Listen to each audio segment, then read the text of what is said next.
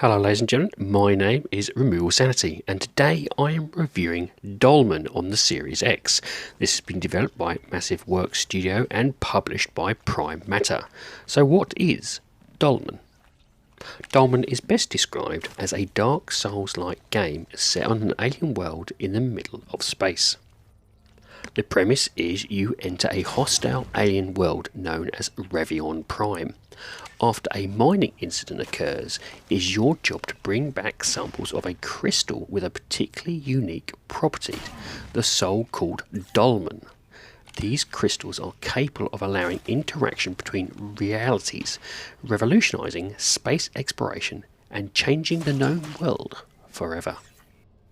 The game boasts the ability to switch between ranged and close quarters combat, a unique energy mode, and gruesome bosses on a mysterious planet. First off is accessibility. With regards to accessibility, there is subtitles, however the size cannot be changed, which would be ideal if this could be patched in. Also, there is the option to rebind your buttons, which is going to be very helpful for some. I couldn't see any contrast aspects, so this may be harder for those with eyesight issues. Next is gameplay. The gameplay starts with a short cinematic cutscene describing what Dolmen is and the recent mining incident that occurs, which you are sent to investigate and find out what is going on. However, things don't go as planned and a ship malfunction beams you to an unsavoury location on the planet, the dump. The only other indie Dark Souls-like game I know of that is set in space is Hellpoint, which I was lucky enough to review. So, in this review I shall be comparing it to that, as I personally feel it's disingenuous and elitist to hold this up to Elden Ring, which is arguably the pinnacle of the genre. It would be like comparing a level 10 character who's at the beginning of their journey with a level 700 character who has honed their craft. Stupid. Just before entering the dump, you get to create your character from a list of 5 pre-set spacesuit choices.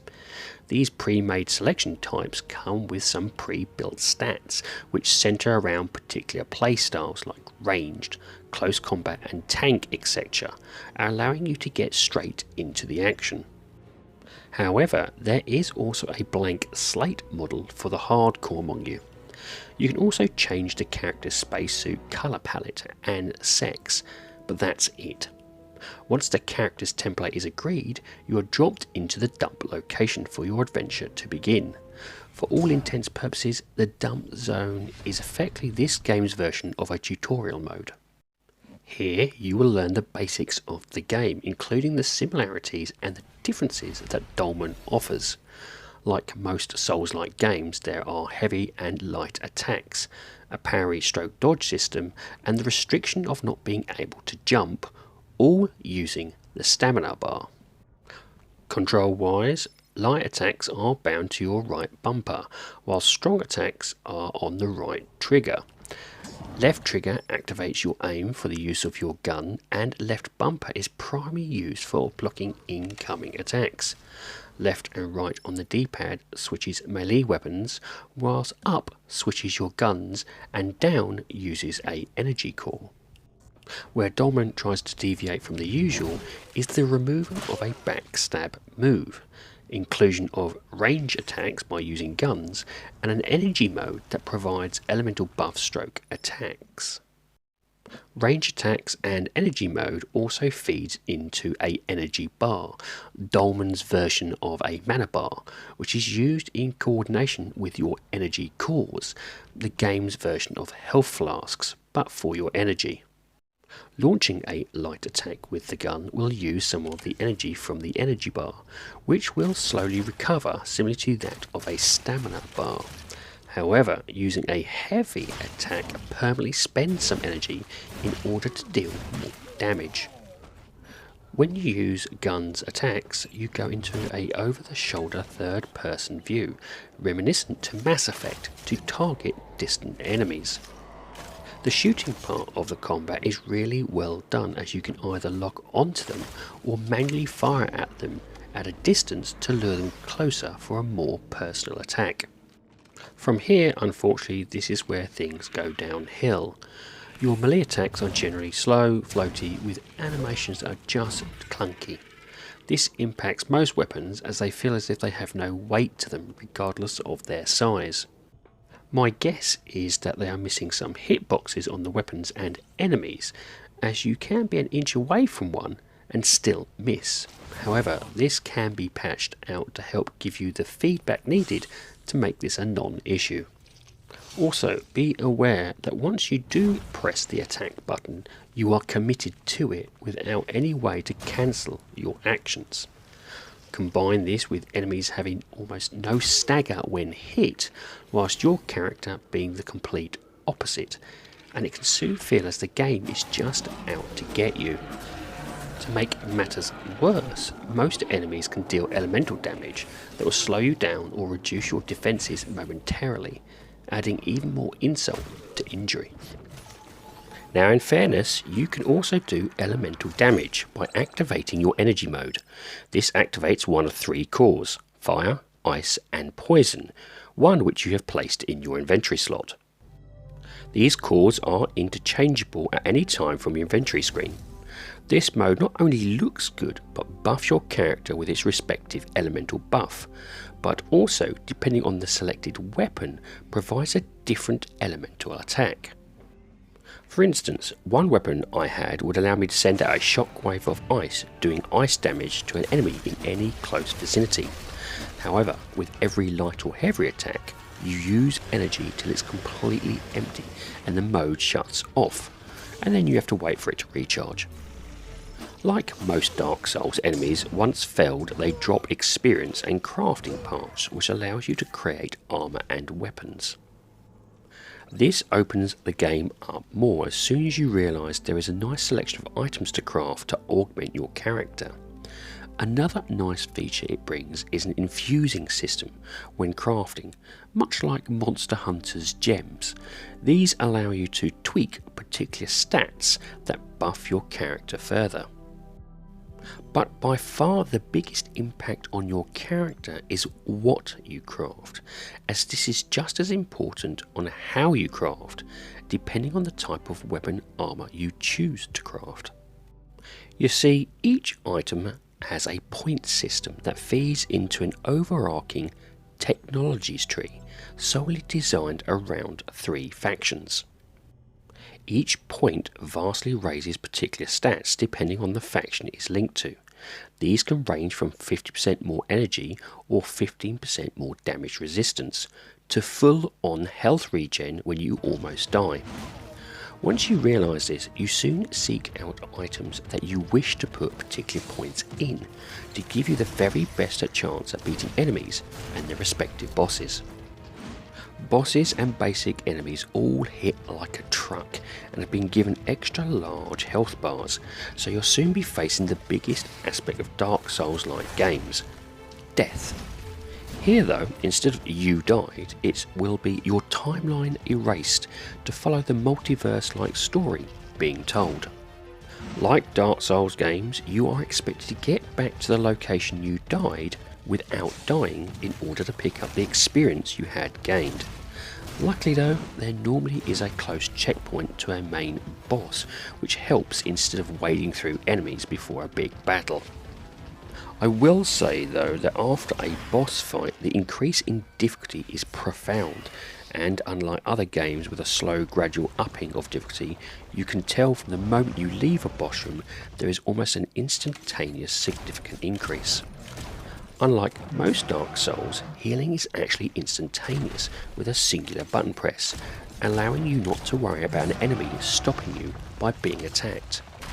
The downside of this is that you permanently spend a chunk of your energy, requiring you at some point to top up with an energy tool, which can be stopped if attacked when used. Because of this, there is a constant management element to ensure that you really only use energy depleting attacks carefully in a bid not to leave yourself unable to heal at a critical moment. Now, as you progress through the game, you do get more cores to use for topping up that energy bar, But it's very easy to forget about how this mechanic works, and in the heat of the moment not understand why you're not healing. Like most flasks, these will be automatic refilled at a bonfire, or in Dolmen's case, a teleport point. These points also have a handy screen distortion effect, letting you know you are close to one, which is ideal when trying to navigate the map in finding such teleport point. The teleport point allows you to choose which locations to start from, but unlike most Dark Souls games, you can't upgrade your character here. Here you will need to transport yourself to a new location inside a ship to upgrade and craft.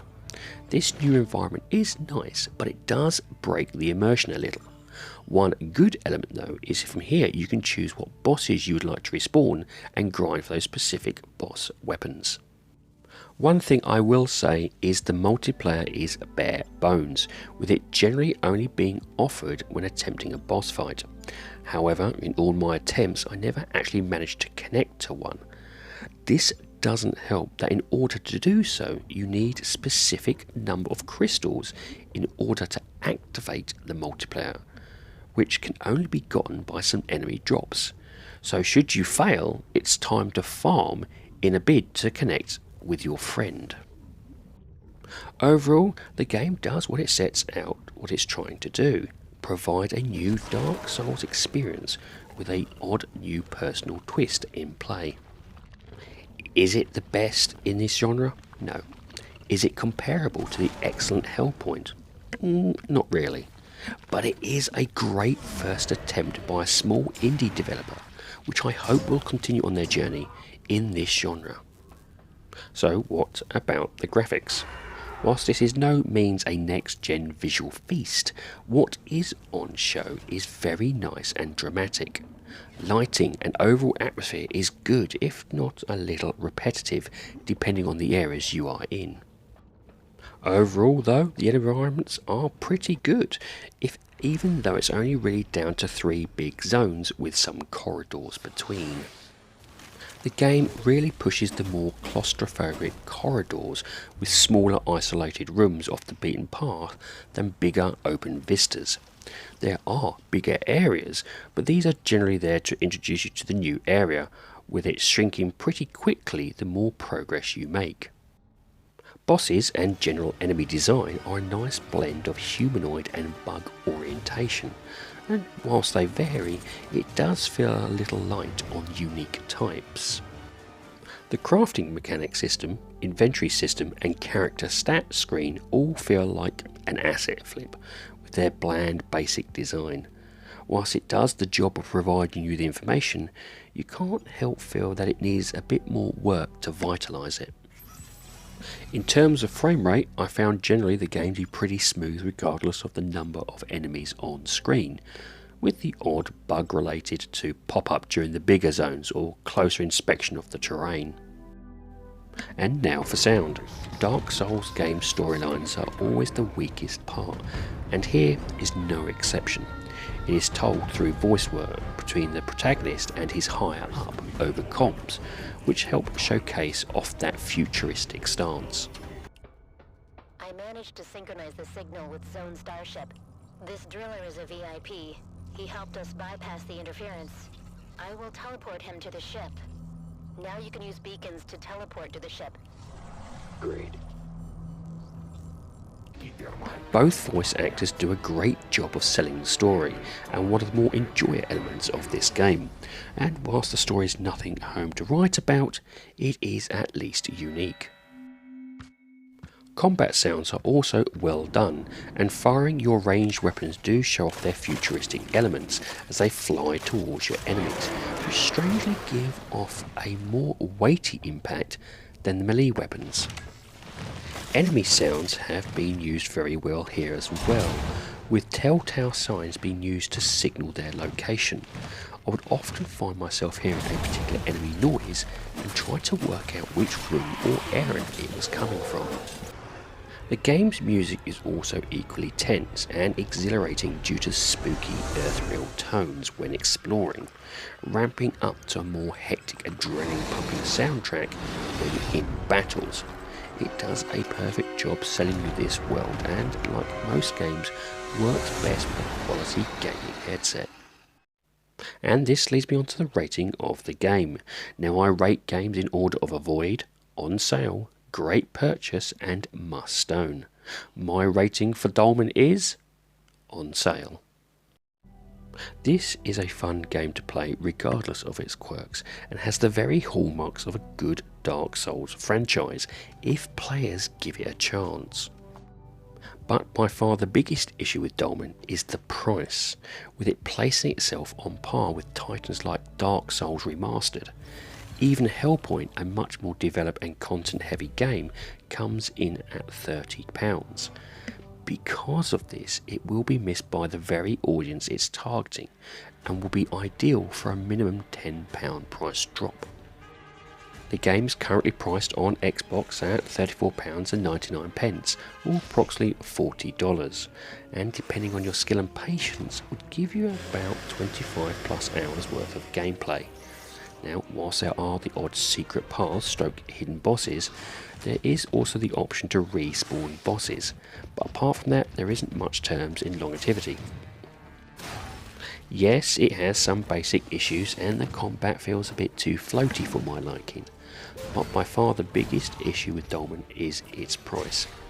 In terms of what is being offered based on that price, it really needs to be bigger and a more polished experience. Did I enjoy my time with Dolmen? Yes, and for that alone, if there is a price drop, do go give this a go and support the developer. Well, ladies and gentlemen, that's it. I do hope you like this review, and if you do, please like, share and subscribe if you so wish. And if you would like to put some notes or even just a comment in the comment section, I do like reading them. Anyway, have a great time gaming, and I'll see you all again soon. The creature's dead.